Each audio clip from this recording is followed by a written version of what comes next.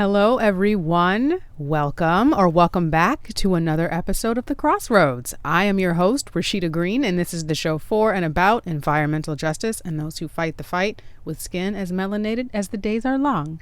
Knowledge is power. And we are breaking down stereotypes one episode at a time. And here, on today, we're going to be talking about the police.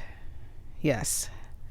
Before we get there, we're going to give some flowers. Today, I am giving flowers to Bass Reeves. He is the original Lone Ranger. Bass Reeves was born a slave in Arkansas and relocated to Texas. He fought, against his will, in the Civil War for the Confederacy, but escaped to the Indian Territory, or what is now known as Oklahoma, and that was actually land taken from the Cherokee, Seminole, Creek, I'm going to mispronounce this, but I think it's Choctaw and the Chickasaw tribes due to the Indian Removal Act of 1830. I also want you to keep the year 1830 in your minds. Bass learned Seminole and Creek customs and languages, and he returned to Arkansas after the 13th Amendment was passed to have his family. He returned to the Indian Territory as a U.S. Marshal wanted him to become a deputy and help with the increasing crime. As a deputy marshal, Bass arrested 3,000 people and killed 14 outlaws without being shot.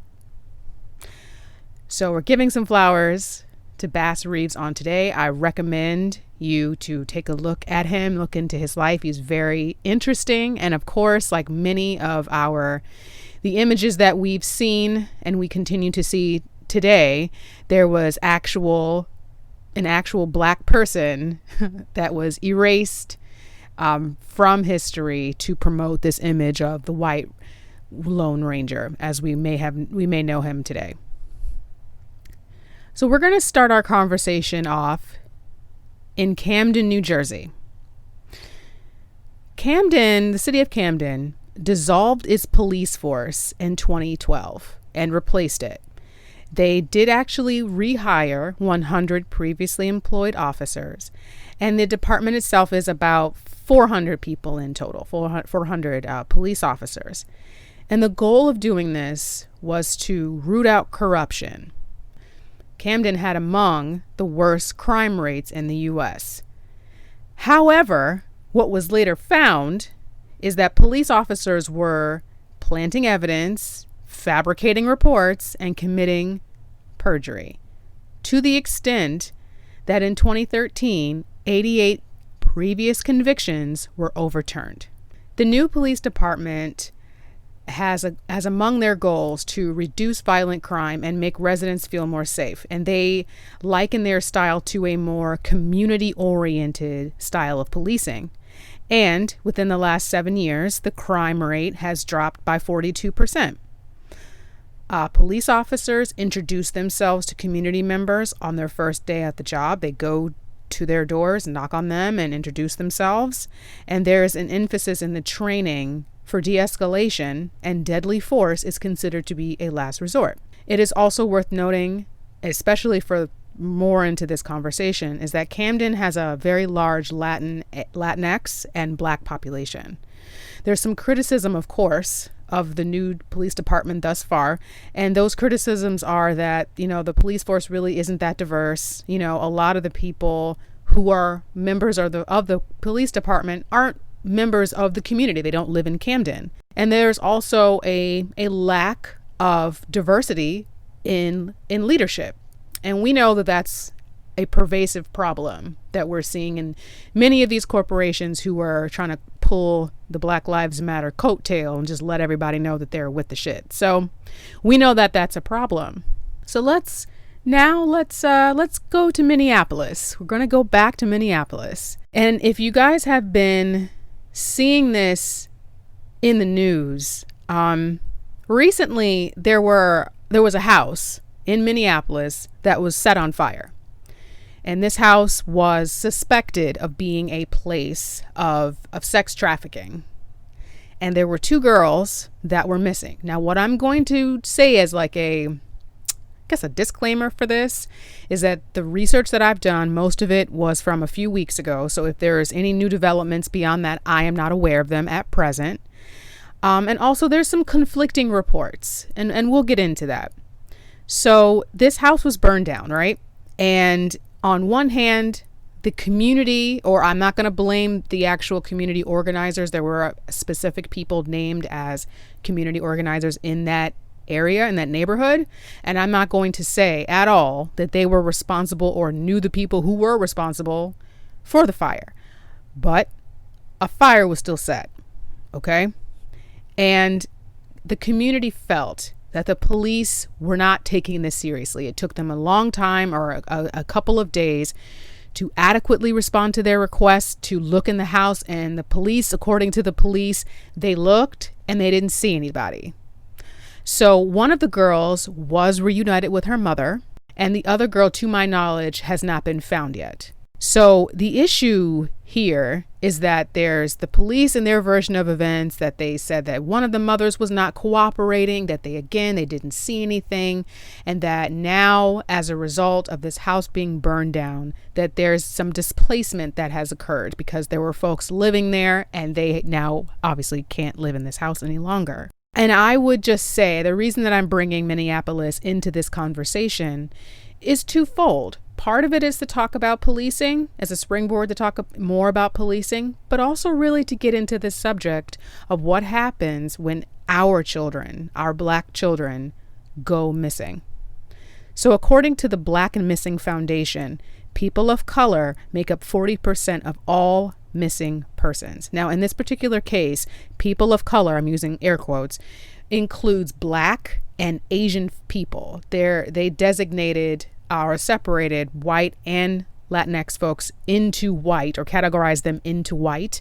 So it's just Black and Asian people who constitute people of color.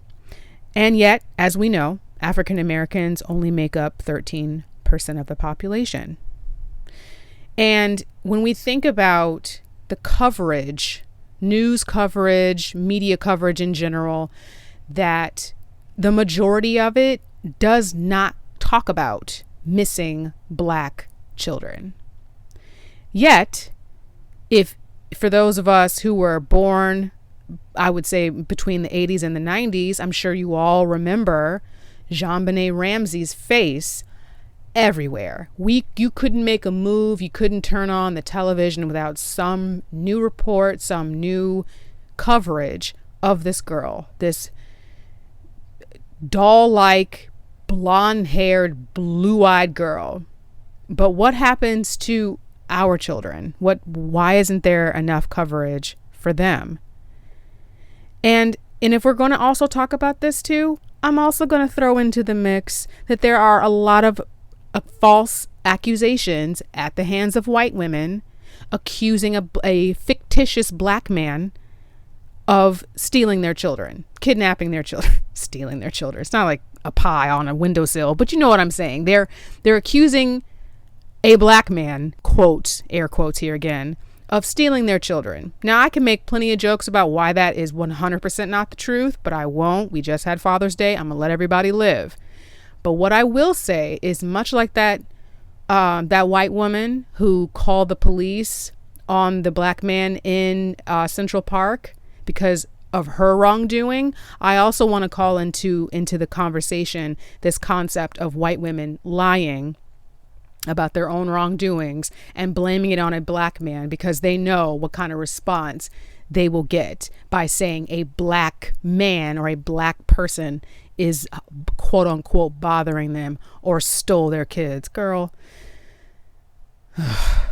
So this is, aside from that segue, that little detour I took, organizations like the Black and Missing Foundation are attempting to bridge the gaps that we see in the lack of media coverage about missing children, and obviously the over-policing for what is classified as violent crime or over-policing in Black neighborhoods, and then also dropping the ball and not responding in the manner that people feel is appropriate when our children go missing. And another aspect of why this happens is oftentimes Black children are considered to be runaways or to come from troubled homes. So when people report them missing, it doesn't garner the same kind of response.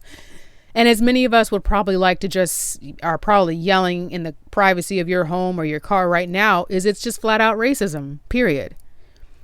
Now let's shift. Let's go back out again. We've zoned in on missing children, and now we're zoning back out to talk about policing. So there's a lot of conversation right now about defunding the police, and there is even more conversation growing about abolition. Defunding the police, in essence, just the way that it's worded, means potentially taking funds away from the police department and putting that money into the community or giving money to social programs that can enrich the community. Abolition, in terms of the police, means removing law enforcement altogether. And abolition also calls for the end of the penal system as we know it. And the abolition proposal, in lieu of law enforcement, is a community-based approach to safety. Quick story. So when I first learned about prison abolition, as I may have mentioned on this show, and I know for a fact that I talked about this to Ken Rock a few episodes back, and I asked him what his opinion was about basically just doing away with prisons.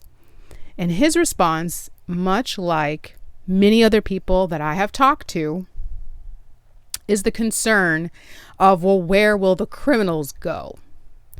And I think, and learning this, I learned this in my urban sustainability program. We had a residency devoted to criminal justice, or the criminal justice system and abolition.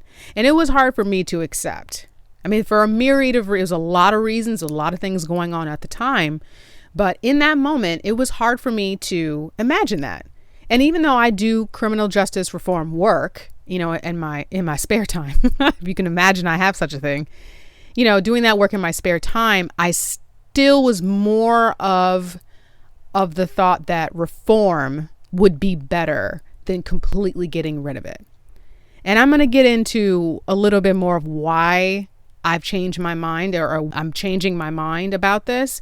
And this is also what I want to call into the discussion that we had in the Radical Imagination episode. And thank you all for all the listens. That's one of the highest ranking episodes of my podcast so far. And I owe that to you guys.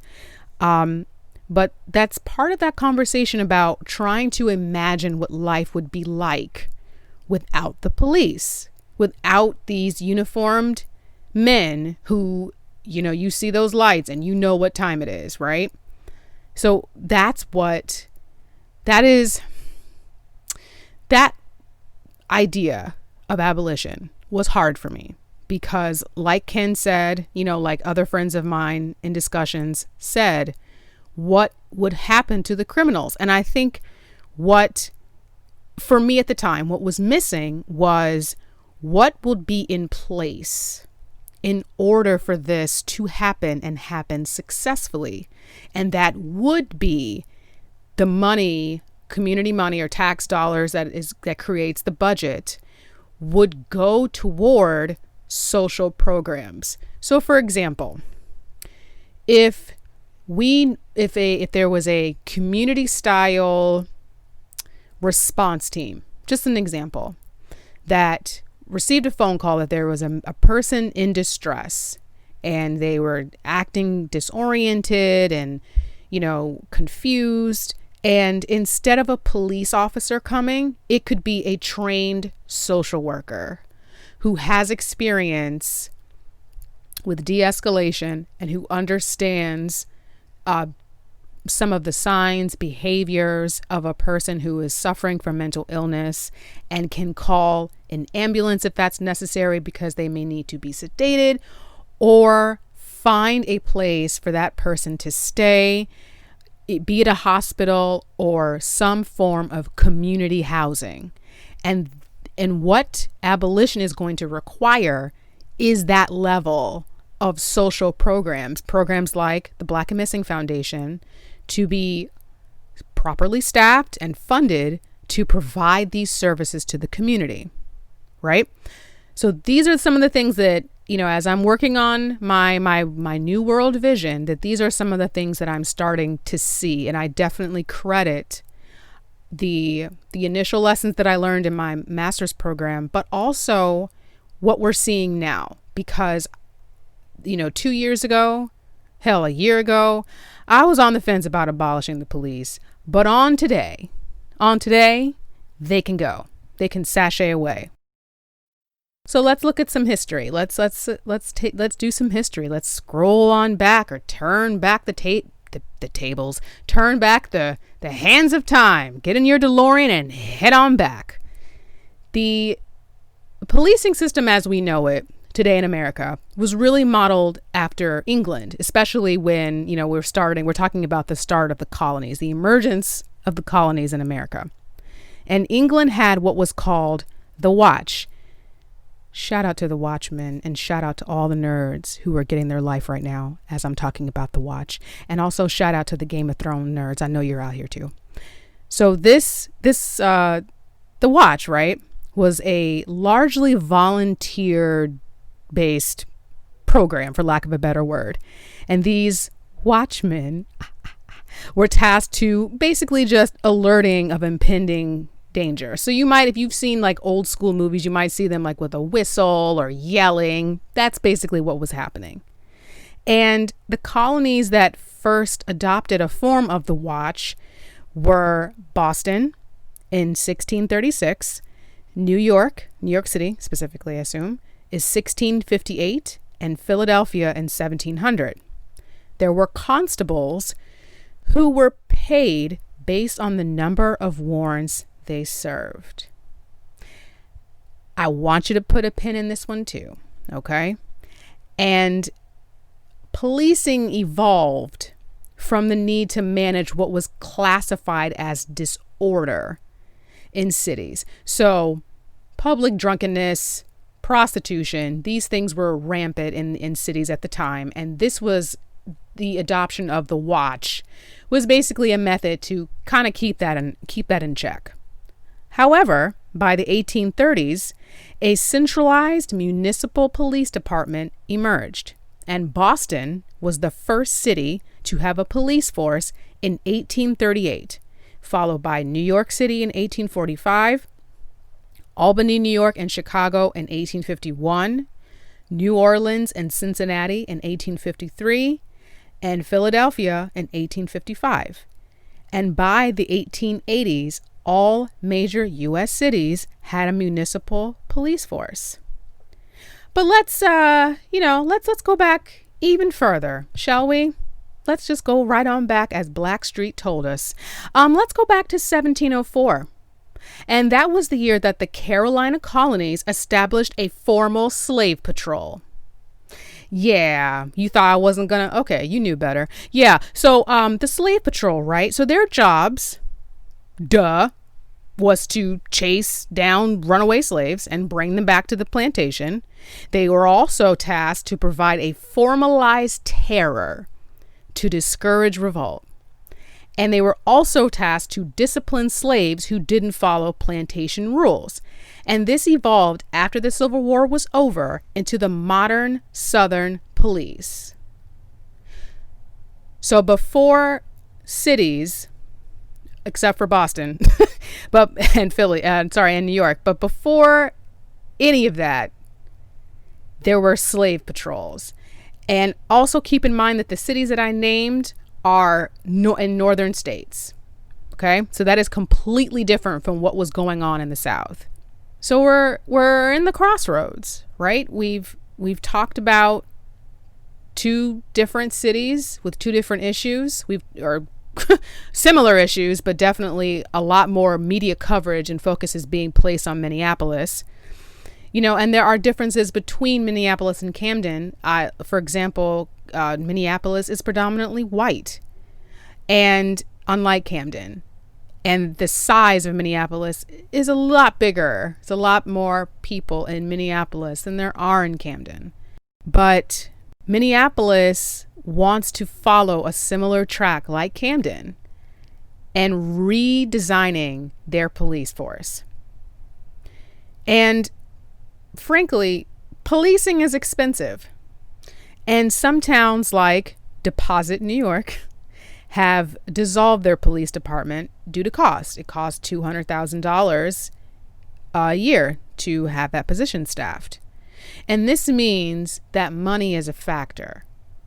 And we have to call that into question as we're having this discussion about how policing should look, who should be doing it, if anyone, and if there is a better approach. That money is involved. And so if we're talking about defunding, we could effectively put that money to more effective use. And as I've shown and as I've explained, and if you've done any research at all, which I hope everyone is doing, you know what the origins of policing are.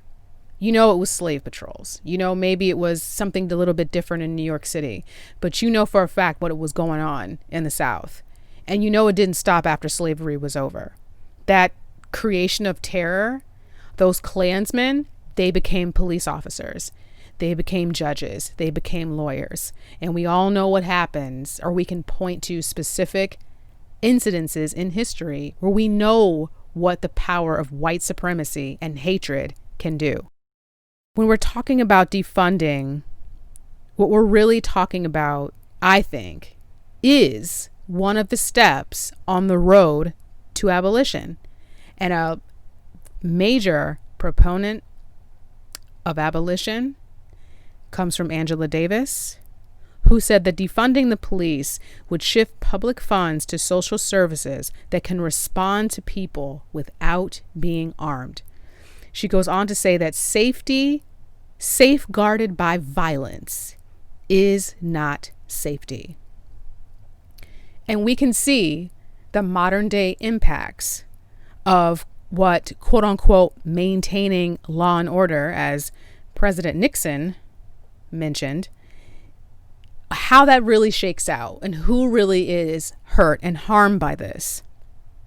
And we also know from the Justice Department's report after the Freddie Gray murder in Baltimore that police are going after Black people disproportionately than other races. And something really interesting that the Camden police chief said after he had formally completed the transition of his new police department, he said, "We cannot jeopardize the safety of our children because of nostalgia." And that quote really stood out to me because I'm just going to call it out. So not just the Make America Great Again people, if that's what I can even call you, because I'm trying to keep it cute on this podcast today, but we are not going to go back to the way things were. And I want to be very clear about that. You know, we can see what's happening as a result of the coronavirus. We can also see that because of all these random people deciding that they want to bogart their way into Trader Joe's without no mask on, that we're probably going to be back on lockdown a little sooner than we thought. Am I right?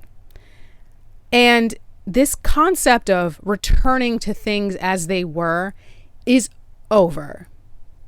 We are not going to go back quietly into how things were. We're not going to do that as we're crying and calling out for justice for Breonna Taylor, for Ahmaud, everybody. We're calling for justice for everybody. All of the people we have lost recently, the ones that we didn't know about that are coming up now to the surface, whose killers are going to the grocery store, living their lives, knowing good and well that they murdered someone. We're not going back to that. And I would also take it a step further because unfortunately I've heard some Black folks talking about or romanticizing the 50s. I don't know where y'all or what y'all are on, but like there was nothing sweet about the 50s, girl. I want to be very clear about that as well. I want to evoke another name, unfortunately, and that I've already evoked on this podcast, but Emmett Till happened in the 50s. Miss me with that bullshit. There is no romance about what was going on to Black folks in the South, period. Hell, there's no justice for Black folks who aren't living in the South. Look at Minneapolis again. where people felt they had to take matters into their own hands to get results. And perhaps if there was a more thorough investigation, if there was more of a community style of public safety, or any of those things that are community based and not based and taking implicit bias into account, all of the things that go into how we handle and deal with others. If that was taken into consideration, maybe that house wouldn't have had to get burned down. Just saying. So this concept of nostalgia, the reason that I bring this up is really just to continue to highlight the fact that we're not going backwards. We have to go forward. And to me, based upon what I've seen, what I've been reading, and what I've been focused on, we're not going to be able to continue to perpetuate these old ways of doing things, these old, hundreds of year old practices as we've come to know them. They've got to get destroyed. And so I want to also bring into the conversation just a really quick segment that I've tentatively titled Conspiracy Corner. This may be a one-time thing. If you guys don't know about me yet, you'll learn that conspiracy theories can make or break me. Either I will ignore them because I'll get freaked out, or I will stay up all night researching them and also get freaked out. So again, this might be a one-hitter quitter, but I've been hearing a lot about fireworks going off at or around or after Juneteenth, and it has caused a spike in complaints, and it's been going on in major cities. I've heard accounts in LA, New York, Atlanta. I've seen articles about the same issues going on in Boston. And if any of you guys are out there and you're experiencing these in your cities that I did not name, please let me know, because I really want to have the conversation around this for as much as I can stand it. In my perception, these fireworks have been going off from the evening time until 4 or 5 o'clock in the morning. Now I have some questions. First and foremost, who has the money? Who has the money to be buying up all the firecrackers and setting them off all night long? What is that about? Now, there's some thoughts that this is just a part of, and again, I don't really fully believe this, but talk that this is a part of Black Lives Matter, and that some people are like, all right, well, we know that the protests are going on, so maybe this is a part of it. A lot of people, and I think this as well, I really don't think that's the truth. I really think that this is something that police departments are doing to create panic, to create chaos, a sense of chaos, so that they can be seen yet again as the heroes. And immediately, as soon as I said that, the first thing I think about is that terrible blackface movie, A Birth of a Nation, that Woodrow Wilson showed in the White House. Just putting that out there. And that's what I think about. I don't think it just does not seem economically possible for any. If like 3 of your homies got together and was like, yo, we're going to go down to Target and we're going to buy all the firecrackers and we're just going to let them off all night. Like, certainly you could do like maybe 2 hours over like the course of a week, but all night long, I just don't feel like that's real. And that creates anxiety for people. That sound, it creates anxiety for people's pets and children. And to me, someone very aptly said that they think this is a form of psychological warfare. And I am inclined to agree. I am really sorry if this freaked you out. It's freaking me out too.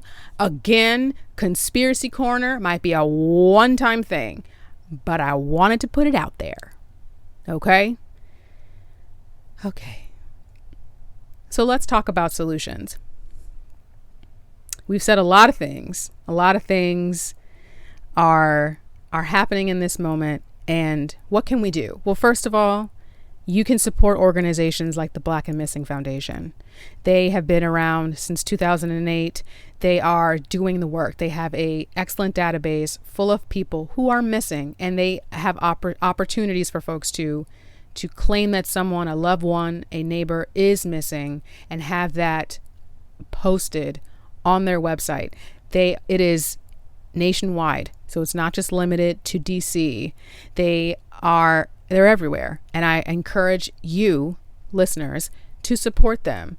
If you know that, or you feel that your community requires a little bit extra care, you can come up with your own system for watching and managing your community. Now, yes, do you need to have some guidelines or, some rubric to follow? Absolutely. But those decisions should be made in the community. That means those who are interested, and it is a diverse pool of folks, diversity in age, diversity in income, diversity in ethnicity and race. All voices have to be heard and accounted for if we're going to do anything to effectively manage our communities. And I believe that very strongly. And if you are living in a city or a town that is considering, or maybe they're not considering defunding the police, but it is your job as a resident to ask for that. If that's what you see, if you see corruption, and I'm sure you do, and if you see corruption, you have the responsibility and the right, more so, I would say, more of the right to voice that concern. And I encourage you to do just that. This is going to be an ongoing conversation. I am going to take more time to dive deeper into abolition so that we can continue to have an informed discussion about it. Let's have some shout outs. So, of course, as I mentioned, Black and Missing Foundation, and you can find them on BAMFI.org. BAMFI.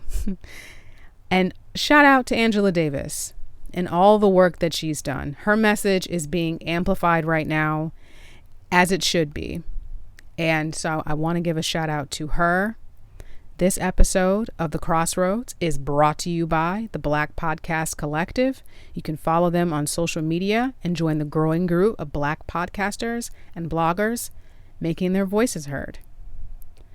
Again, everyone, I hope you enjoyed this discussion today. There is going to be more to come. You can follow me, Rashida G, on Instagram at Crossroads Podcast. You can follow me on Facebook and Twitter, Crossroads Pod C1. I'm also on TikTok, at Crossroads Podcast. If you feel cool and young and want to see my 2 videos that I sadly posted, feel free.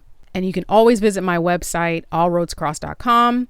And the podcast and all episodes are available on all the platforms. Thank you all for joining me again today, and I'll see you again at the Crossroads.